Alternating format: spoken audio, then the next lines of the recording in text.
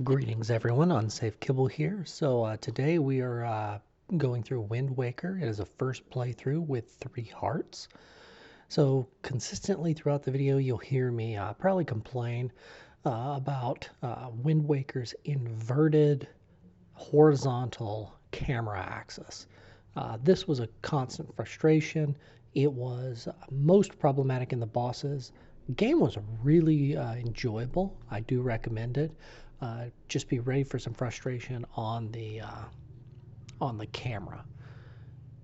So this first boss was me learning. It took me several attempts to figure out that I needed to fire this grappling hook over the top of him and cause the stone to drop down on his head.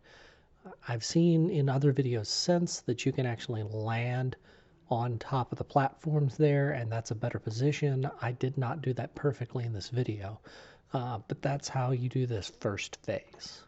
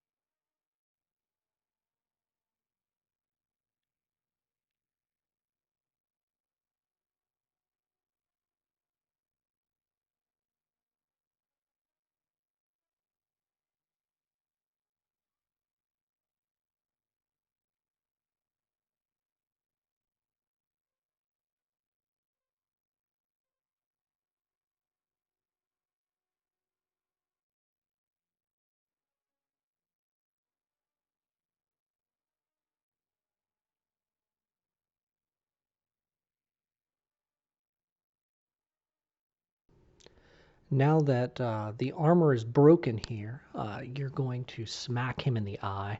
I learned once I did the boss for the second time in endgame that you could actually grappling hook the eye and that will pull the eye closer.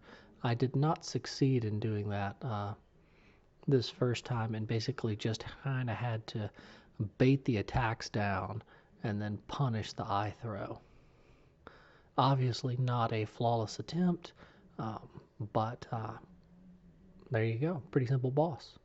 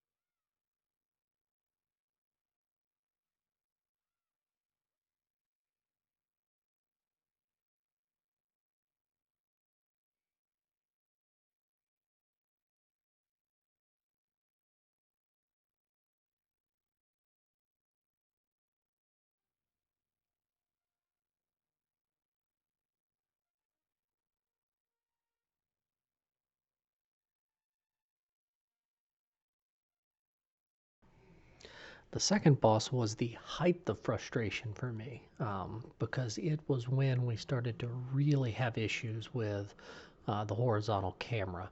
The boss is a plant boss. The basic idea of this boss was that you break the vines holding it to the ceiling. The dungeon leading up to it did a good job of preparing you uh, to know that this was what you're supposed to do. So this wasn't really hard to figure out.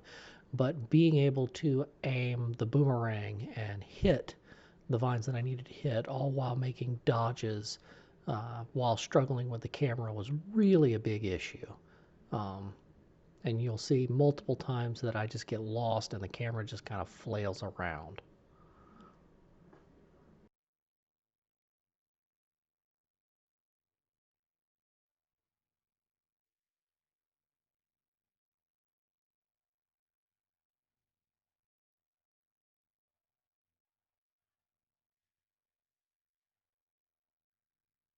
Once the boss is down, we're gonna run up and beat on it. In this round, I have a hard time getting in and getting out. You'll see I do 3 hits. I learned in the memory version later in the game that you can only do 2 hits before you get out.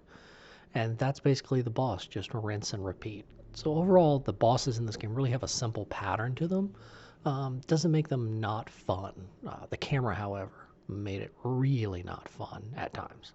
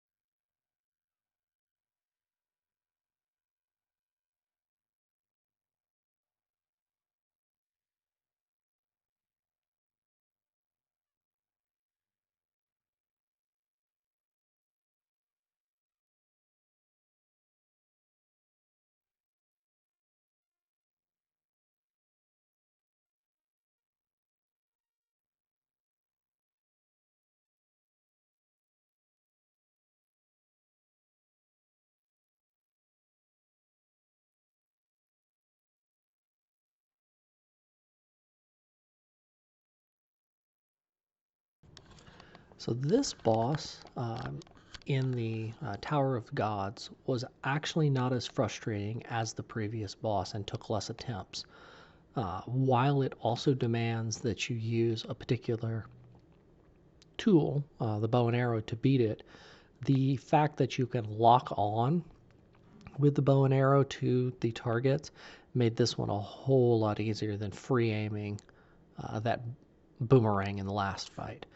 A little frustration because even though you lock on, sometimes the arrows do not hit the target, either because things are moving or whatever. Um, Thankfully, if you run out of bow and arrows, the boss will actually spit extra arrows out of its nostril, so that was nice. The basic idea is pop the two hands till they uh,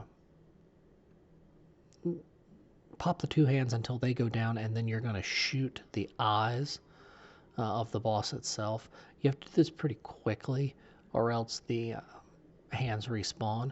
Once the boss finally goes down, you're going to throw a bomb in its mouth. The dungeon kind of prepares you for this again because you've got the Armos Knights that you have to throw bombs in their mouth there. But overall, same thing as the last time. More flailing around with the camera, trying to figure out which direction I'm actually supposed to be running. Uh, but ultimately, boss goes down.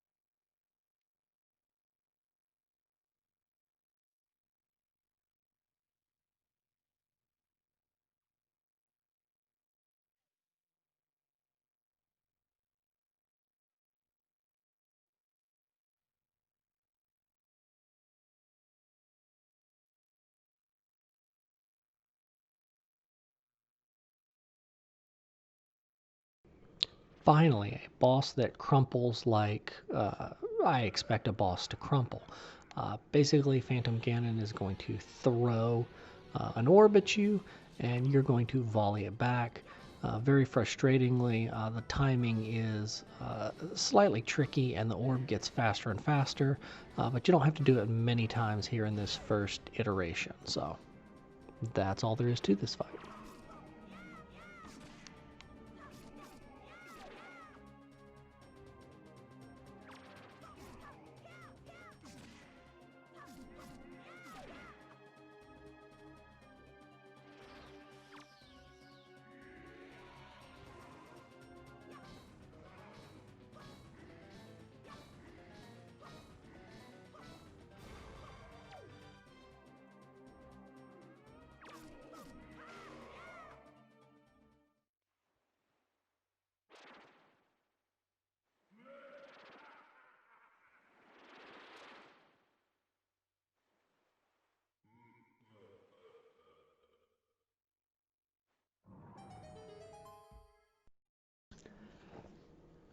Okay, the Earth Temple. This is where salt levels were at ungodly levels. Um, so, again, the dungeon prepares you for the fact that what you're supposed to do is you are supposed to use light on this guy and stun him and make him vulnerable. When he is stunned, he will fall down, and like the dark choo-choos in the dungeon, you have to pick him up and throw him at the wall. This causes him to break into his little mini minions, and then you have to beat the minions up. You have to do this until there are no minions for him to respawn. So, what made this boss so absolutely salt-inducing was we have the camera issues going on. So I'm having trouble figuring out which way I'm facing. But then to top this off, the boss will suck in air and blow out air, which causes you to move around the arena. He'll shoot fire across the arena at you. And he has a move where if you touch him, he causes the directional inputs, which you're doing, to screw up. So that's kind of dealing with the boss. Beyond dealing with the boss, there are all these skulls around the room that I would randomly pick up at times, which would cause me immense frustration. The light around the room will actually move, so sometimes it's hard to find a spot to stand in the light, because I'll get into it and I'll start to aim the shield, and the boss will cause the light to move. Finally, there could have been an issue with my controller. I am playing on Wii, and I'm using a wireless GameCube controller.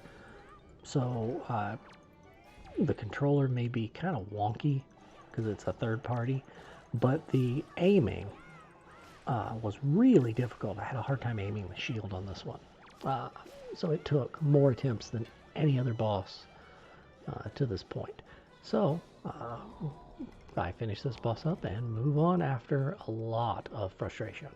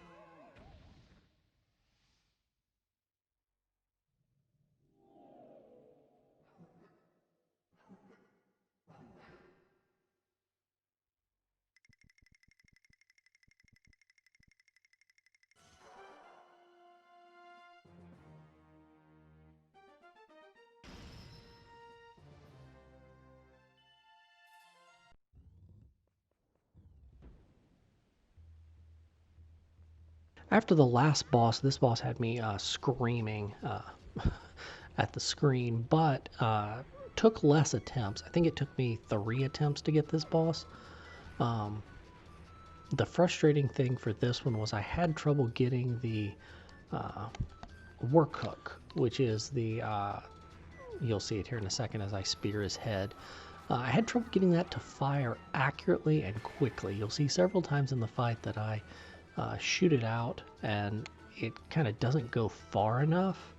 I'm not sure what was happening that, if aim was off or what.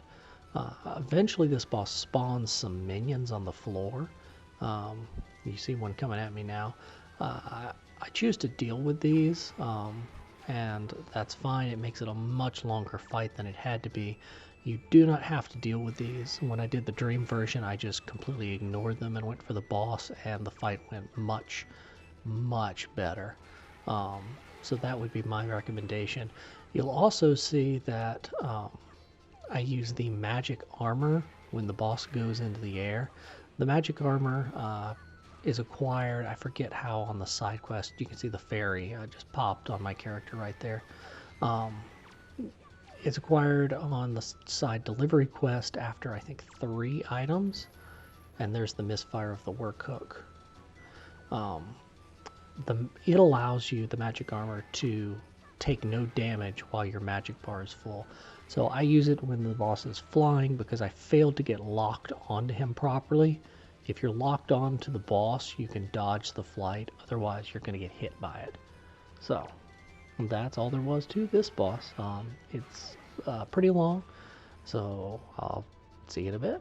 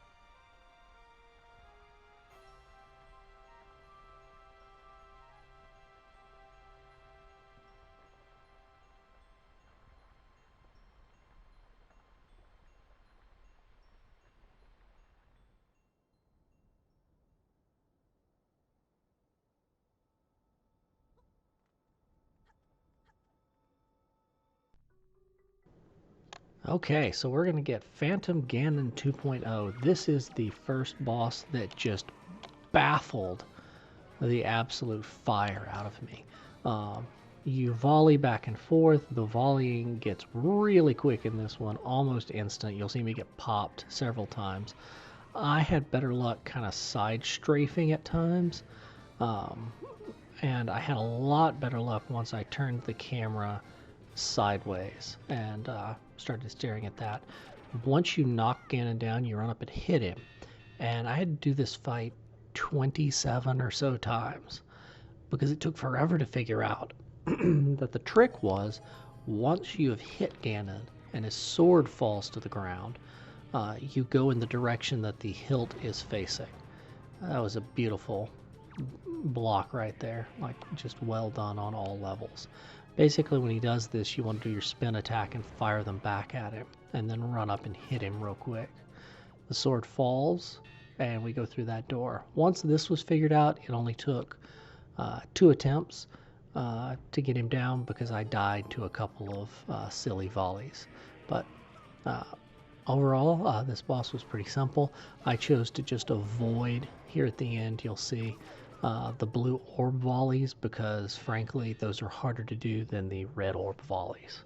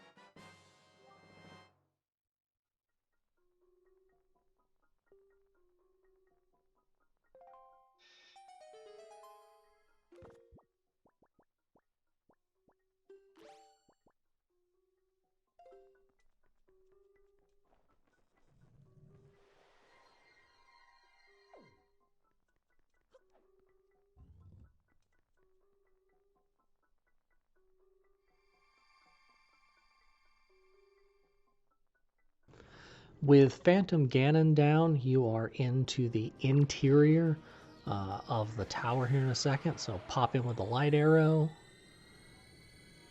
That's a pretty standard Zelda convention. And then we're going to pick up the sword and go through the door, and that's going to take us to the proper tower. Once in the tower, you're going to have to refight the bosses that you have already fought. This is preparing you for this final penultimate sorry, penultimate fight with Ganon puppets. This again was probably the most frustrating. You have to use the boomerang trick from the plant boss to drop his tail down, and then we're going to try to shoot him with the bow and arrow. Now the light arrows need magic, so you're going to see me run out of magic several times in this fight and have to recover it. And the bow must be free aimed.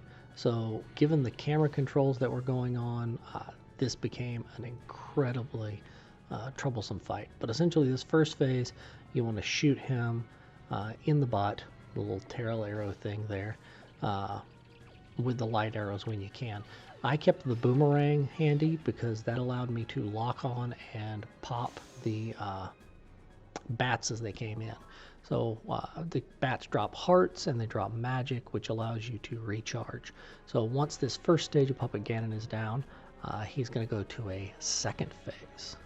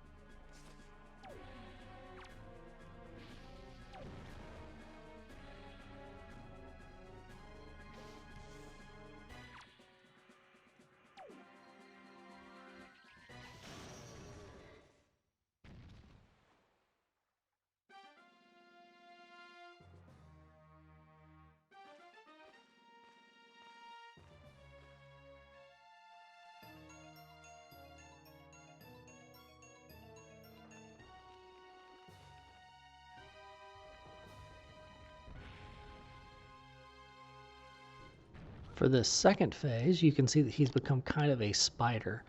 This phase was a blessing. It is very easy. Tilt your camera so that you're looking up. He's going to then drop from the ceiling. You roll out of the way in the direction of his butt so that you can shoot it. You can see camera is causing me issues again in this. I think I get clipped a couple of times, but really not a difficult phase as long as you keep looking at the ceiling. Once you've hit him 3 times, he'll be gone. I like to immediately switch to the boomerang after he falls down so that I can get rid of the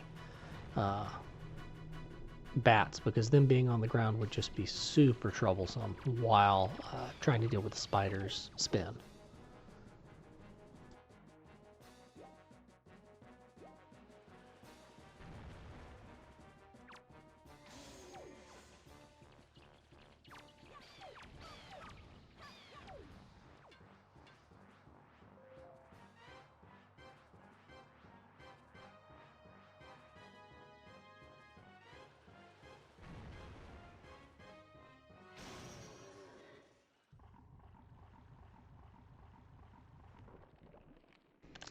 And then we get to phase 3. We get this common convention in a Zelda game. This appears in Zelda 2. Not Zelda 2. This appears in Link's Awakening for sure. This appears in Link to the Past. It's a common enemy. This thing, I don't know how many attempts I lost on this thing. I definitely lost count at 20. The problem is, again, you can see me flailing around trying to aim this bow. while I have absolutely no concept of where I'm going.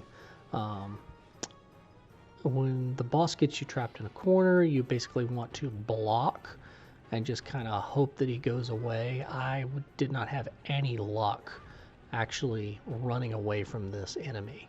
Um, Again, that could have been camera issues. As you can see, I flailed the camera there. Um, I find out very close to the end of this that you can actually hit him in the face and it will stun him for a brief second. I'm sure that that is how they intended you to beat this boss. But again, I have so much trouble with the camera here that is essentially just me flailing around, trying to keep on the opposite end of the room, and eventually, mercifully, getting the second and the third arrow into its ass. So there we go.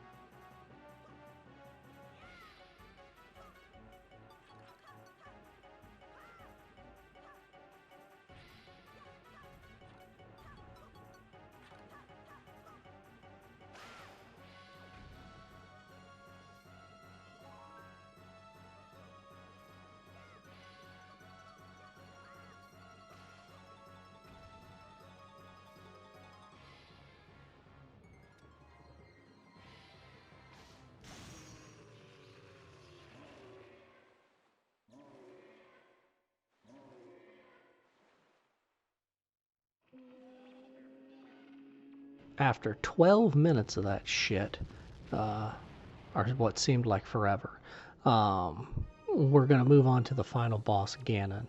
Now, Ganon is going to be a pretty simple boss in terms of mechanics, though he can be a little bit frustrating to deal with. I think he took me 3 attempts. Basically, you have to get Zelda opposite you, and she's going to shoot him with this light arrow, and you have to attack him. She has to shoot him with the light arrow, from what I can tell, 3 times, and you have to punish. So you can't just let her shoot the light arrow and back away. You actually have to have her hit the light arrow, and then you punish. It's really hard to get away from those swipes, so I'm doing the backflip backwards while locked onto Ganon, and then adjusting the camera when needed. So after you've done it, arrow and punish 3 times, she'll shoot him a 4th time, and then Ganon's going to go over there and backhand her. Once he backhands her, you're going to move on to Phase 2. Phase 2's punish basically wants you to do exactly what you did with the Dark Nuts the whole game. I'm going to back away until he does a attack that is parryable. So you can tell I'm a little nervous here, because 3 attempts after the eons of fighting with the previous boss had me eager to finish the game. But there's the jump, and then you do the parry. You have to do the parry as late as possible, because if you do it too early like that, you will miss him. So I believe you have to land 3 of those parries and punishes. After the parry, you can get 2 hits on him. You can't get the 3rd. You want to roll away before that happens, as he's going to be coming at you. And there was the proper timing. So once you've managed, I think that's 3. Is Zelda going to wake up now? Yep. Once you get 3 of those done, Zelda's going to wake up, and she's going to propose what you should do, because you'll see that the parry no longer works. Ganon blocks it. She also blocks the arrow. So she suggests that what she's going to do is she's going to use the shield. You have to be careful, because her light arrows will hurt you for some reason. You need to position it so that she's behind Ganon, and I use magic armor here to protect myself from damage, so I can get in the right position and not have to worry about anything else. Once she manages to shoot you and you get the reflection properly, you're going to hit the parry button, and that's going to cause you to do this finishing move on Ganon. And that is the game over. Overall, highly recommend. Thanks if you watched this far. And I guess the next one I'll be headed into is Ocarina of Time. So we'll see how that goes.